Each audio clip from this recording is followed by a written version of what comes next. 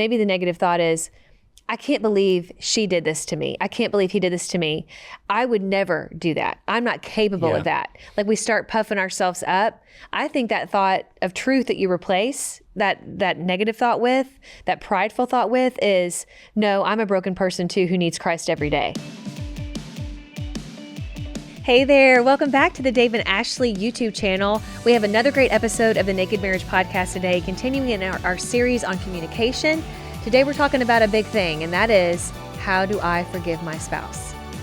I'm telling you, you can't have a strong marriage without forgiving each other. I mean, right now, some of you might be engaged or maybe newlyweds, and you're like, well, I just really haven't had to forgive that much because they're near perfect, But the truth is, in marriage, you're going to realize real fast that you both are imperfect people, but we have a perfect God who can help us through. And the thing about being a Christian is that our God forgave us first. Yeah. Like he set the precedent. And bigger than we'll ever have to forgive somebody else. Way bigger, way more. And we let God down every day. And I think that's the first kind of step, is realizing that we can't let pride get in the way. Because I think a lot of times people hold off forgiving because they're like, well, I would never do that to you. Or I haven't done that to you, or I haven't done as much to you as you've done to me. And, there's just too much to forgive. And so I can never fully forgive you. And the thing about it is, forgiveness is interesting, because the thing about forgiveness is it is good for the other person for you to forgive them, but really it's more for you.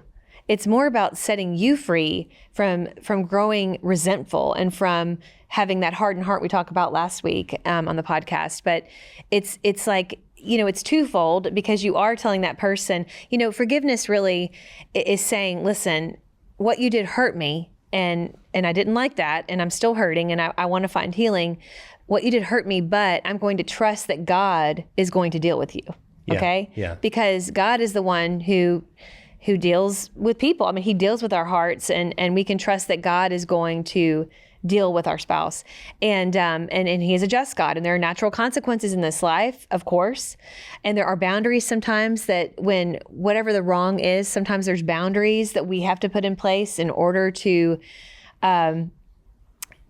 keep this from happening again, whatever that breach of trust was. But forgiveness is also saying, like, I'm letting this go because I'm giving this to God. And, Dave often describes how forgiveness and trust are two different things, because a lot of times people will say, well, I don't know if I can ever forgive him again. I don't know if I can ever forgive her again. But really, I think what they're meaning is they can never trust that person again, because forgiveness and trust are two different things, right, sweetie?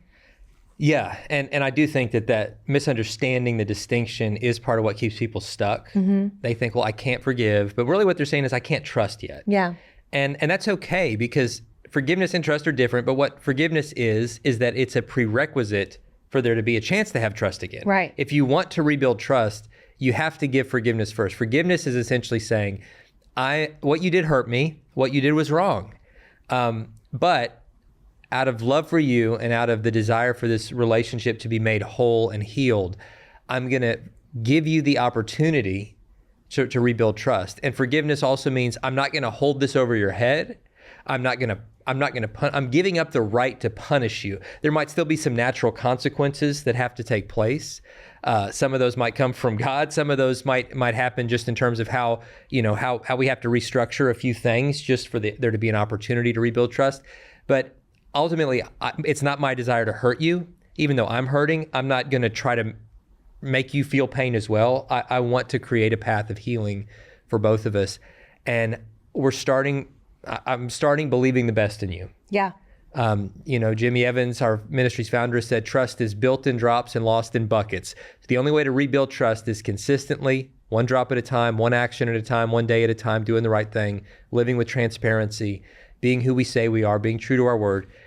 We can dump out a whole bucket of trust all at once through a breach of trust, through keeping secrets, through, in our marriage, that happened early in our marriage when it was found out that I was looking at pornography, which had been an ongoing secret issue that I'd battled alone since my teenage years.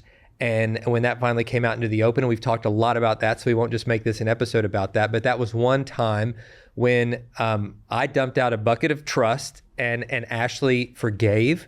she gave me the opportunity to rebuild that trust. And I started the process a drop at a time of rebuilding it. Though I was still so broken in that sin, there were times that I dumped out the bucket again, where through relapse, and we continued together to walk through that journey to get the healing and the help that we needed. And over time, little by little, that trust returned, healing came to my mind as I found really sobriety from that sin. And I'm thankful that was many, many years ago. And on the other side of it now, I believe trust has been fully repaired and restored in that area. Whatever it is that you're going through, whether it's sin in a sexual nature, whether it's been hiding financial purchases, whether it's been just a pattern of dishonesty, whether it's a lack of transparency where you or your spouse you're not being forthcoming, and where you feel a right to keep secrets and passwords from each other. In marriage, if you want to have a naked marriage, which is what we call this podcast, by God's design, that nakedness isn't just physical, representing sexual intimacy, but it's also emotional, mental, spiritual. It's saying, I've got nothing to hide from you. I want you to have full access to every part of my life, my heart, my thoughts, my calendar, my computer, my finances. It's interconnected. We are one by God's design. And the moment we try to start hiding from each other, then we're eroding that foundation of trust, which has to be the foundation of a marriage. And without it, the marriage just can't stand. It won't weather life's storms.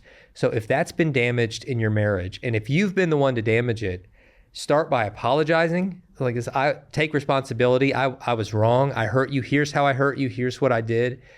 Be forthcoming in everything that you did. Confession is a big part of healing. Like, here's what's going on. Here's what you saw. Here's what you caught me doing. Here are the things that you don't even know about that I've struggled with. And I need help and accountability to get through this. And I'm asking you to forgive me. And I'm asking you specifically to give me the chance to rebuild this trust that I broke. But I'm so sorry that I caused you this pain. I wish I could take it back. I wish I could take that pain on myself. And I can't, and that breaks my heart. But what I can do and want to do is to rebuild your trust and to show you through my actions that I love you and I'm fully committed to you and fully committed to this marriage. That's right. And I think another important part of this whole question, how do I forgive my spouse, is we have to watch where our mind goes. Yeah. I just got a question the other day from a heartbroken wife where her husband has just been dishonest about a lot of things. Like, there's been some inappropriate relationships online, and he's at least had emotional affairs, if not physical affairs. And she's just like, I don't even know what to do with this. And the husband is remorseful, and he is now getting help. Like, he's going to something like affairrecovery.com, which is a great ministry that our friends who on a episode way back on overcoming an affair shared about. So he's doing his part, but she said, I want to be there to support him, but I'm so hurt.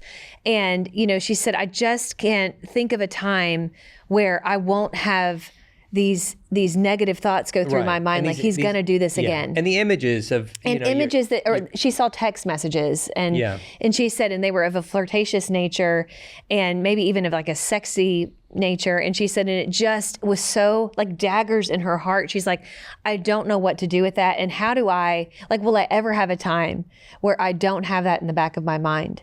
And that's just a gut level, honest question. And I think a lot of us who've been through something where our spouse has broken our trust, there are these negative thoughts that creep in. And I think we need to deal with the emotions we're going to have. We're going to be angry. We're going to be disgusted. We're going to be frustrated. We're going to be appalled. We're going to have all kinds of different feelings and sadness. And, it's something that we have to go through. We have to feel our feelings, but we say this all the time on the podcast. We can't allow our feelings or our fears or anything else of that matter become like our guide, right? Yeah. And you could say, well, Ashley, but I'm looking at the truth. I mean, what he did was real, and what she did, they really broke my trust. And I'm not trying to take away from that, because I get it. Like, I get it. What happened.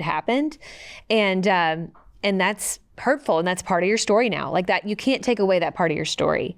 But what you can do is you can control where your mind goes. Like, God actually gives us license to say what stays in our mind.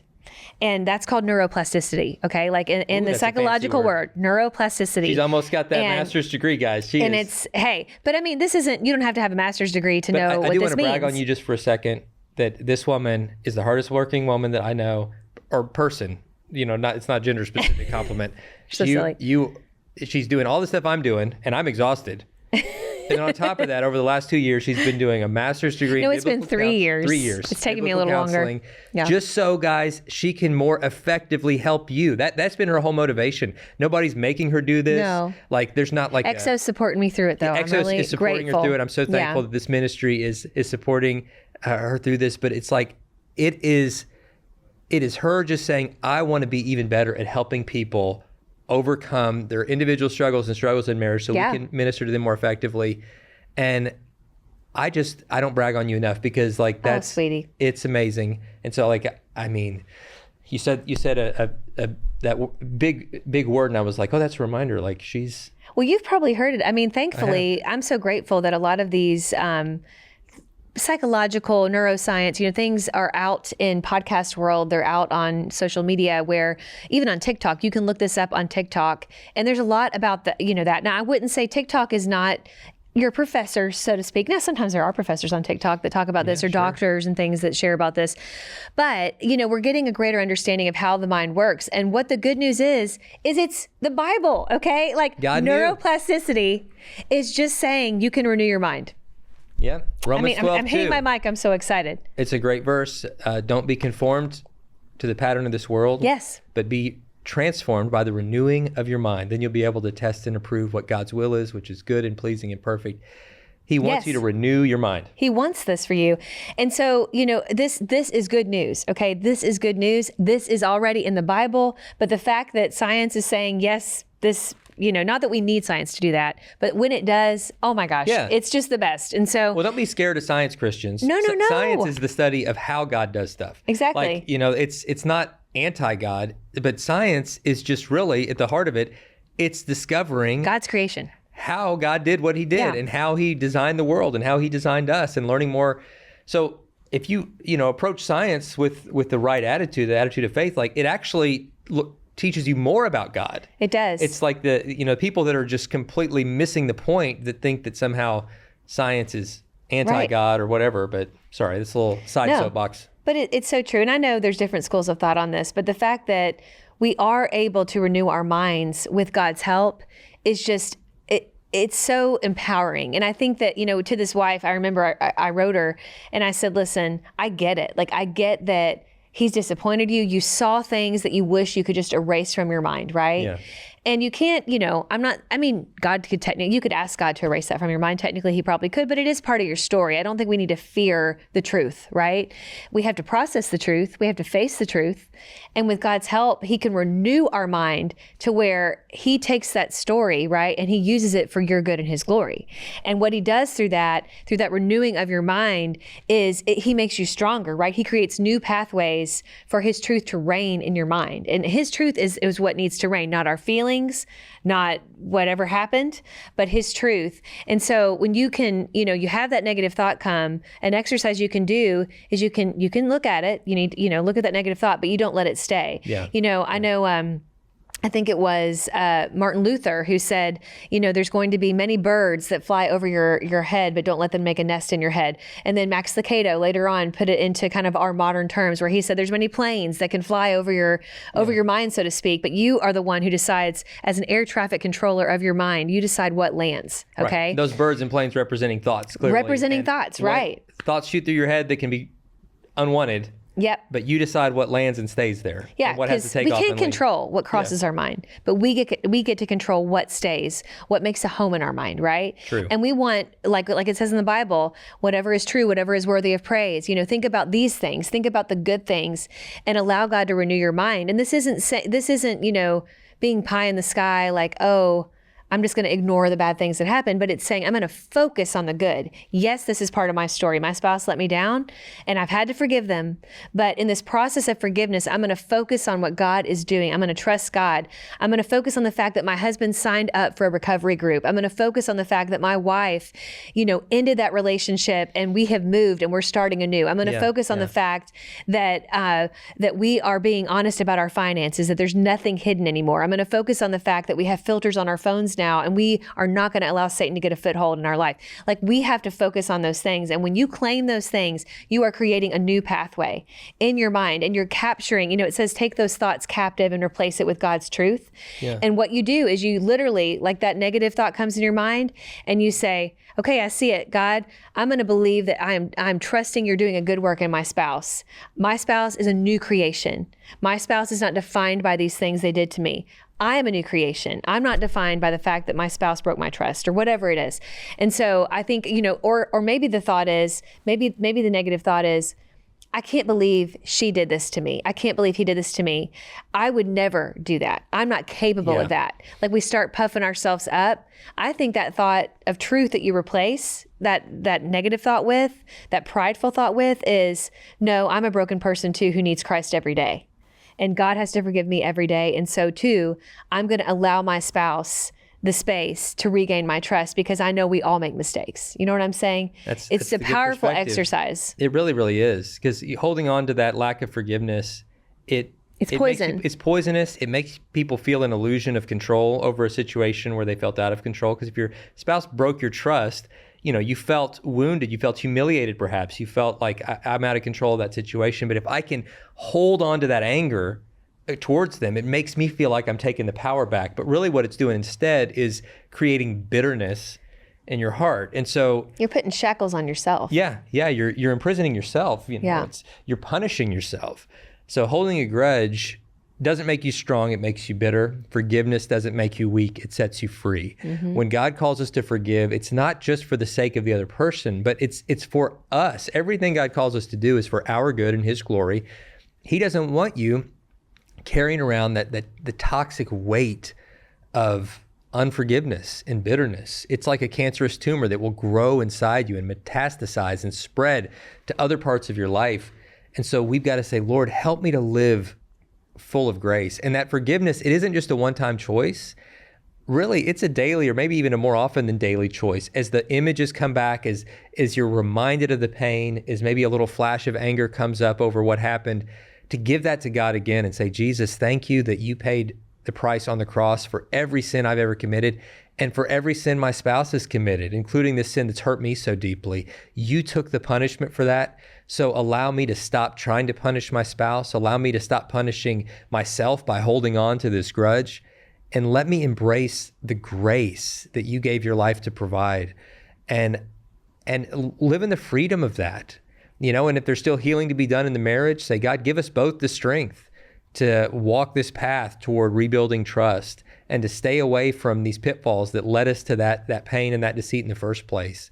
And if you were the one that sinned, just live with radical honesty. Yeah. Do whatever it takes to help your spouse be able to reclaim that trust in you. It doesn't mean you have to go through life beating yourself up, but it does mean that you need to be humble enough to recognize that your spouse is living with pain that you caused. Mm-hmm. And that while you can't go back in time and change that, what you can do is do everything in your power to be a safe place for your spouse, to help promote their healing as you yourself are also healing, and to make sure that you're putting parameters and safeguards in place to make sure you never break their trust in that way again.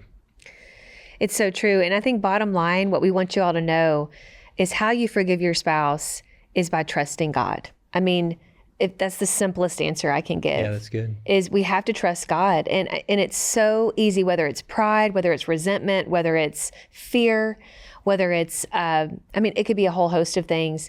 We really have to dig deep and trust God. And, all those years ago when I found the porn on the computer, and we have our whole testimony both on YouTube and through our Naked Marriage podcast and in our books, The Counterfeit Climax and in the Naked Marriage book, we talk about this if you want the whole, all the details. But I remember, for a minute, I did get prideful and I thought, man, I would never do this to him. And there'd be times too when I would think, man, can he even overcome this? I mean, he's had this issue for a long time. There's all kinds of, we have doubts, different things. Yeah.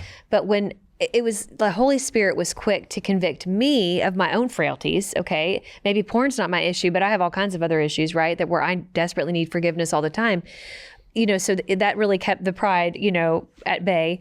But also, I just remember having such hope in God and trusting, no, God's not going to waste this. And He hasn't. My goodness, He has not wasted this, No, we've been able to share that testimony and over and over and over again. Yeah, it's been a big part of the marriage ministry, which is now like our shared calling and something that Exactly. we love doing what we do. We do. And it helps, you guys have written us and said that helped set me free, and that's the whole thing is we have to bring it out to the light. But as the spouse that maybe was wronged, we have to trust God. We have to trust God. And I'm telling you, at times when our spouse is even doubting the process and maybe they're having trouble trusting God in their own healing, we have to call it out. Yeah. And we have to say, listen, you might have done this horrible thing, but this is not who you are. We have a God that can heal our most broken places. And yeah, we have a bunch of pieces, like if we were a beautiful vase and it was thrown to the floor, and it's shattered into all these pieces, but God is putting it back together beautifully in a more beautiful way we never even knew it could exist. I just think about dear friends of ours that we've walked alongside where they come to a crossroads, and in counseling them and talking to them, they're like, I don't even know if we're going to get through this. And then, you fast forward to a year or two later and they've done that work and they've trusted God and said like, maybe it took everything in me to trust, Yeah. but they'll look us in the eye and say, but it's better than I ever could have dreamed. Like I didn't know 20 years later that our marriage could even look like this. Like, I'm so glad I didn't give up. I'm so glad I forgave. I've never heard a couple say, man, I wish I never forgave him. I never wish I forgave her. Right. Never. Yeah. Never. It's never a deathbed regret. No. I wish I'd have been more bitter. I wish I would have held on longer to all that just been angrier stuff. longer. Yeah. So guys, release yourself from the prison of unforgiveness. That's right. And this is a good reminder, It is. to live with the freedom and You'll grace. be set free. Be set free. Live in freedom, my friends. The Prince of Peace, Jesus himself, wants to come alongside of you and give you the strength to live at peace. And I hope this episode's encouraged you. Do us a favor and share this one. I promise you guys, it is needed. Lack of forgiveness is one of the biggest issues, not only in marriage, but in our world today. I think it's the root for so much of the pain that we're seeing. It is really quick. I keep on doing this at the end. I know. I get the finger up. The finger, like, hold on a minute. I want to say this. Sometimes, there's the trouble, those of you who clicked on this, you're having trouble forgiving your spouse. But I want to say a lot of times we have trouble forgiving ourselves. Yeah, absolutely. And I know you were there. I mean, you really had a hard time with that. We have a real enemy who wants us to live in shame and to get you to not forgive yourself. But beating yourself up for something Jesus has already taken a beating to forgive, that's not being humble. That's actually being prideful. It's telling Jesus what you did on the cross wasn't enough. I have to add to it. Yeah. And that's not being humble. That is a toxic form of pride, a dangerous form of pride. And so you need to trust God when he said he forgave you once and for all. Yep. And you need to live in the freedom of that. And that will set you free too. And as a spouse, again, we can speak into that and say, no. God forgives you and I forgive you. And I'm trusting that God will allow me to trust you again. And I'm telling you, it's a process, but God is with you in it. So good. Yeah. Guys, thank you so much for tuning in. We love and appreciate you. We look forward to seeing you next time.